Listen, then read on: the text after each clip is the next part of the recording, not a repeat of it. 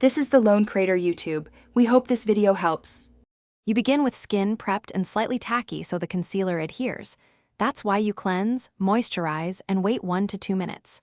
Once done, prime the specific areas, T-zone and under eye, because primer fills pores and reduces creasing. Now shake the face's Canada concealer to mix pigments, then put a pea-sized dot on the back of your hand. You're starting small on purpose. It's easier to build coverage than remove excess later. You apply the concealer in thin layers to control opacity. Use a small brush for precision on blemishes and your ring finger for under-eye warmth. Pat the product in gently, moving outward to blend edges so you avoid dragging product off the area. If a darker spot remains, add a half layer and repeat patting rather than swiping. That preserves texture. Make sure to set under eye with a light dusting of fine powder to lock coverage and prevent creasing. You finish by setting the concealer to increase wear time.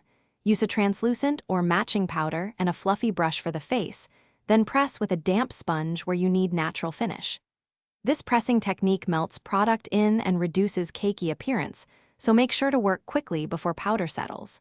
If you notice creasing or excess coverage, wipe the spot with oil-free micellar water, wait a few seconds, then reapply one thin layer. This resets the... Thanks for watching.